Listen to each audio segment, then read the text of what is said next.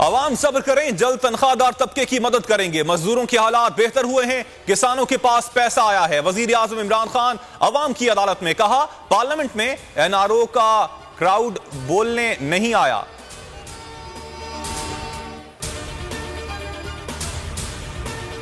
एक हफ्ते में कुछ सस्ता नहीं हुआ। दालें, चावल, आलू, प्याज, खुला दूध, सबकी कीमतें बढ़ी। दाल माश और दाल चना 15 से 20 रुपए फी किलो महंगी हुई। दाल मसूर की फी किलो कीमत 40 रुपए बढ़ी। आलू 60 रुपए फी किलो हो गए। प्याज 10 रुपए फी किलो इजाफे से 60 रुपए में फरोख्त। बच्चों के दूध में 200 से 400 रुपए फी किलो इजाफा हुआ।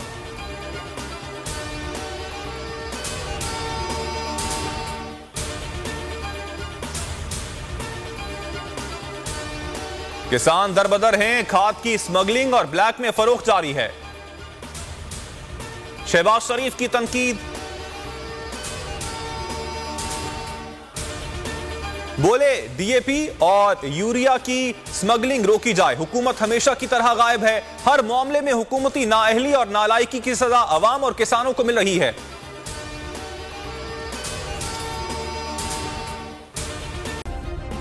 सब्सक्राइब करें और बेल दबाएं ताकि कोई खबर रह न जाए।